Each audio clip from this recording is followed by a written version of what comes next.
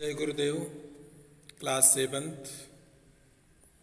मैं अरविंद कुमार सिंह, संस्कार द गुरुकुल से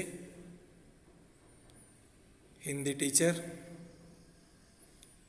आज आप लोगों के सामने बसंत पुस्तक का तीसरा पाठ हिमालय की बेटियां प्रस्तुत करने जा रहा हूं। तो चलिए खोलते हैं बुक वसंत हिमालय की बेटियां। बच्चों, इसमें नागार्जुन ने हिमालय की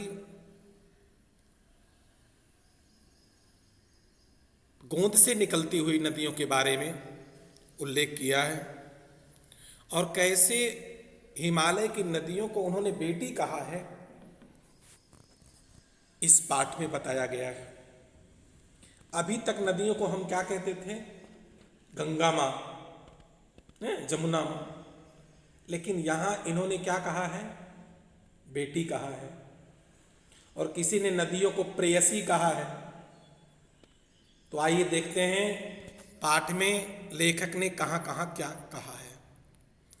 अभी तक मैंने दूर से देखा था, बड़ी गंभीर, शांत और अपने आप में खोई हुई लगती थी।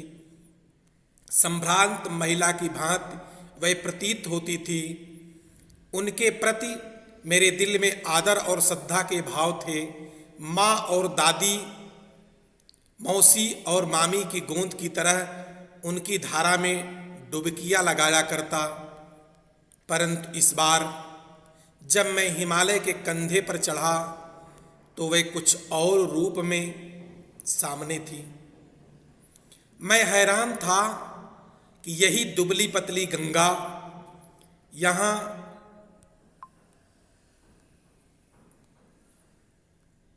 यही यमुना, यही सतलज समतल मैदानों में उतरकर विशाल कैसे हो जाती है।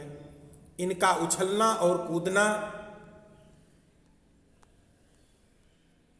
खिलखिलाकर लगातार हंसते जाना, इनकी यह भाव भंगिमा, इनका यह उल्लास कहाँ गायब हो जाता है मैदान में जाकर। बच्चों, जैसे पहले जब हम कमजोर बच्चे होते हैं तब हमारी शरीर कितनी दुबली पतली रहती है, और जब अवस्था हो जाती है तो शरीर ऑटोमेटिक मोटी होती जाती है। उस हिसाब से यहाँ लेखक कह रहा है कि हिमालय पर जब निकलती हैं गंगा तो एकदम गोमुख, जितना बड़ा एक गाय का मुख होता है उतने आकार में वहां से निकलती हैं, और मैदान इतना तेजी से धार रहती है, और इधर मैदान में आकर के भागते हुए एकदम शांत हो जाती हैं और इनका शरीर चौड़ा हो जाता है। किसी लड़की को जब मैं देखता हूं, किसी कली पर जब मेरा ध्यान अटक जाता है, तब भी इतना कौतूहल और विस्मय नहीं होता जितना कि इन बेटियों की बाल लीला देख करके। क्लियर? अब लेखक कह रहा है कि लड़की को जब देखते हैं या किसी फूल को देखते हैं तो उनमें बड़े होने में कुछ न कुछ समय लगता है, लेकिन यहाँ नदी के रूप को सिर्फ दूरी के अंतर पर देखने पर बहुत अजीब सा लग रहा है कि यहाँ बेटियों की लीला इस तरह से हो गई है। कहाँ ये भागी जा रही हैं? वह कौन लक्ष्य है जिसने इन्हें बेचैन कर रखा है? अपने महान पिता का विराट प्रेम पाकर भी अगर इनका हृदय अतृप्त ही है तो वह कौन होगा जो इनकी प्यास मिटा सकेगा? ठीक? देखो, ये निकल कहां से रही हैं? पहाड़ से। तो इनके माता पिता क्या हुए? पहाड़। तो अभी उस बेटी का, अर्थात नदी का दामन या किनारा तो छोड़े नहीं है कौन? पहाड़ जहां से निकली है। इसीलिए लेखक कह रहा है आप पिता के साथ विद्यमान हैं, फिर भी पता नहीं कहां जाने की उत्सुकता है, लगातार बहती ही जा रही हो। बर्फ जली नंगी पहाड़ियां, छोटे छोटे पौधों से भरी घाटियां, वंदुर आदित्यकाएं, सरसब्ज उत्पत्तिकाएं, ऐसा है इनका लीला निकेतन।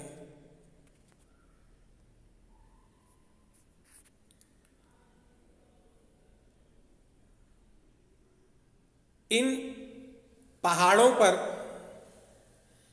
बरसात के बाद बर्फ जमी रहती है और किनारों पर घाटियां पहाड़ की वहां से निकलती हैं और ढेर सारे कटीले झाड़ियां उनको पार करती हुई पेड़ पौधों को, ऊंटे ऊपर नीचे के पहाड़,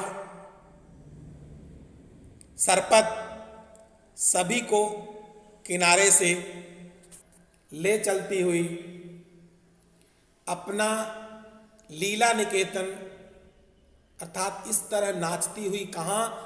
घर से, निकेतन घर से।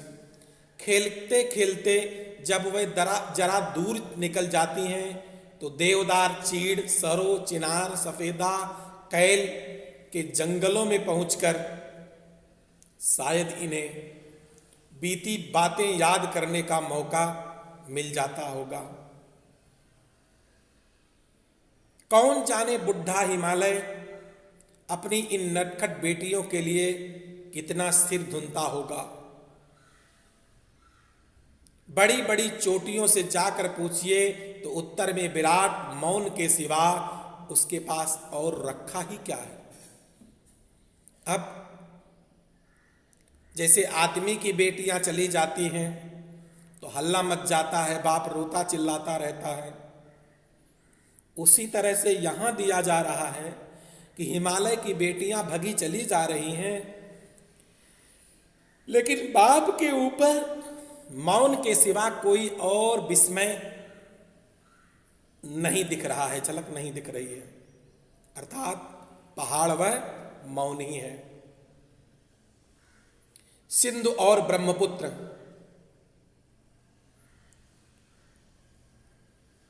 ये दो ऐसे नाम हैं जिनके सुनते ही राबी, सतलज, ब्यास, चनाब, झेलम, काबुल, कपिसा, गंगा, यमुना, सरजू, गंडक, कोसी आदि हिमालय की छोटी बड़ी सभी बेटियां आंखों के सामने नाचने लगती हैं। ठीक, क्योंकि इन्हीं दो नदियों में जाकर के अंत में समस्त नदियां सिंधु और ब्रह्मपुत्र में मिल जाती हैं।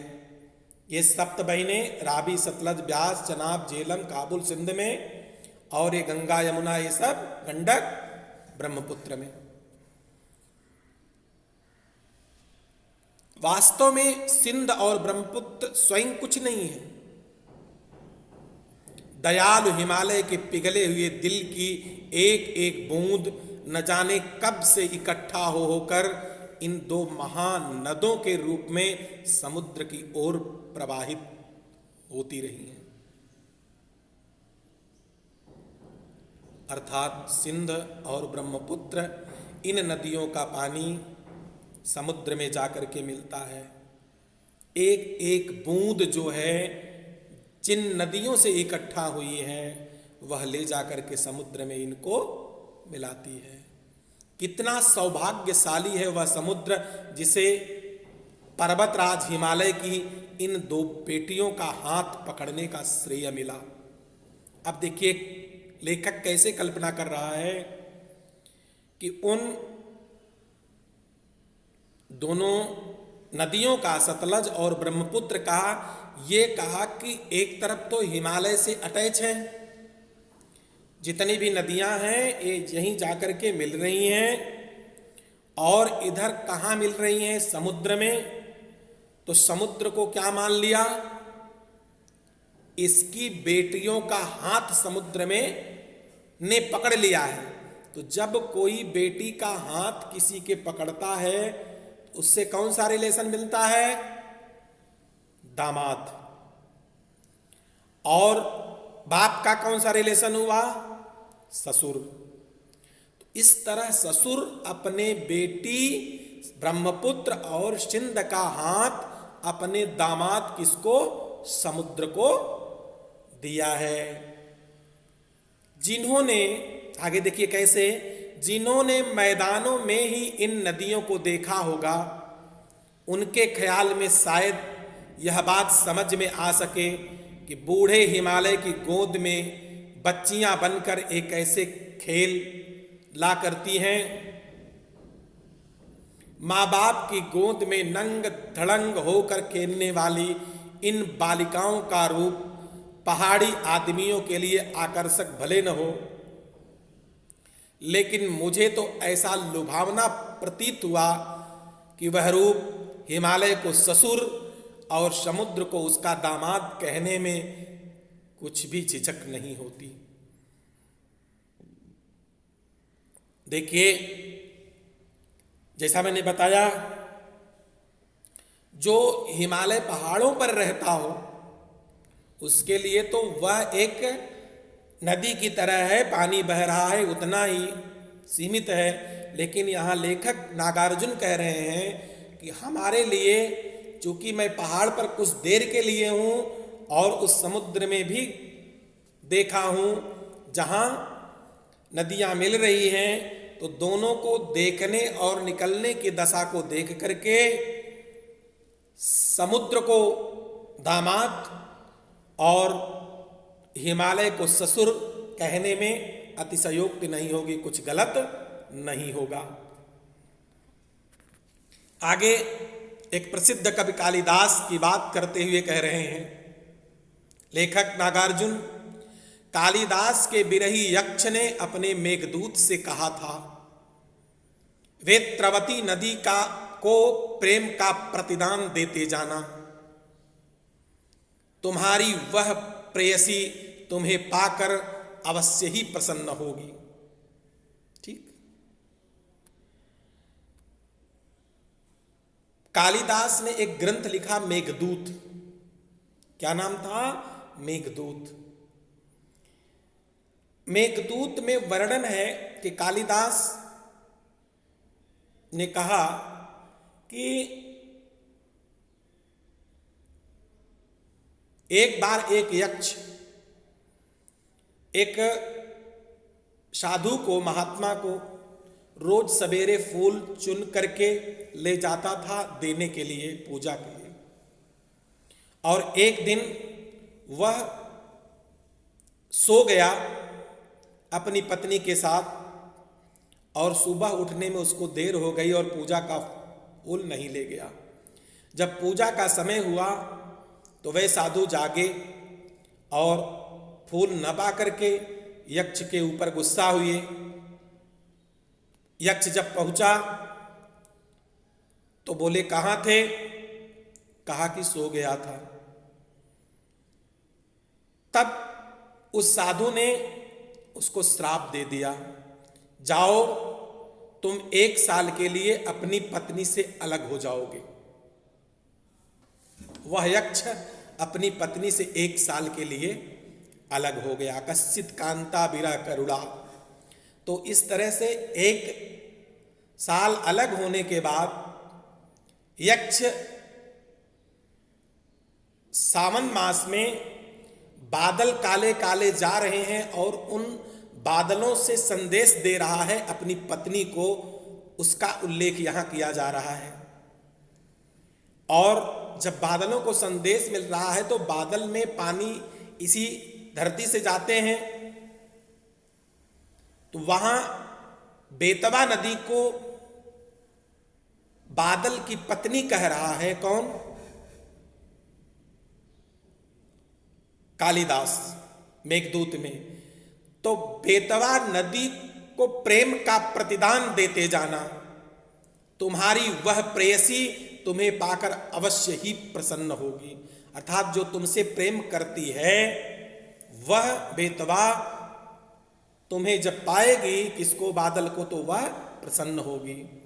यह बात इन चंचल नदियों को देखकर मुझे अचानक याद आ गई और सोचा कि शायद उस महाकवि को भी नदियों का सचेतन रूपक आनंद पसंद था। अर्थात जैसे यहाँ दामाद और ससुर बनाया जा रहा है नदियों को देख करके, उसी तरह प्रेयसी वेतवा नदी को बनाया था मेघदूत में। तो नागार्जुन कह रहे हैं कि वह भी हमारी तरह एक अच्छा कवि था, रंगीन कवि था, जिसने ये लिखा, रूपक पसंद था। दरअसल जो भी कोई नदियों को पहाड़ी घाटियों और समतल आंगनों के मैदानों में जुदा जुदा शक्लों में देखेगा, वह इसी नतीजे पर पहुंचेगा। काका कालेलकर ने नदियों को लोक माता कहा है। एक लेखक हुए थे जिन्होंने नदियों को क्या कहा था, संसार की माता। किंतु माता बनने से पहले यदि हम इन्हें बेटियों के रूप में देख लें तो क्या हर्ज है। अब उन्होंने माता कहा था और इधर नागार्जुन कह रहे हैं कि हम अगर इनको बेटियां कहें तो क्या दिक्कत है। और थोड़ा आगे चलिए, इन्हीं में अगर हम प्रेयसी की भावना करें तो कैसे रहेगा। अब नागार्जुन कह रहे हैं कि इसी में नदियों को हम क्या कह दें, प्रेयसी कह दें। ममता का एक और भी धागा है जिसे हम इनके साथ जोड़ सकते हैं, बहन का स्थान। कितने कवियों ने इन नदियों को दिया है। एक दिन मेरी भी ऐसी भावना हुई थी, थो लिंग की बात है, मन उचट गया था, तबीयत ढीली थी, सतलज के किनारे जाकर बैठ गया। दोपहर का समय था, पैर लटका दिए पानी में। थोड़ी ही देर में उस प्रगतिशील जल ने असर डाला, तन और मन ताजा हो गया और मैं गुनगुनाने लगा। अब लेखक जो है यहाँ नदियों को बहन कह करके कैसे संबोधित कर रहा है, इस कविता में है, जय हो सतलज बहन तुम्हारी, लीला अचरज बहन तुम्हारी। हुआ मुदित मन हटा खुमारी, जाऊं मैं तुम पर बलिहारी। तुम बेटी यह बाप हिमालय, चिंतित पर चुपचाप हिमालय। प्रकृति नटी के चित्रित पट पर, अनुपम अद्भुत छाप हिमालय। जय हो सतलज बहिन तुम्हारी, जय हो सतलज बहिन तुम्हारी, लीला अचरज बहन तुम्हारी। इस तरह नागार्जुन द्वारा लिखा गया यह निबंध समाप्त हुआ। धन्यवाद। अब आज का प्रश्न अभ्यास।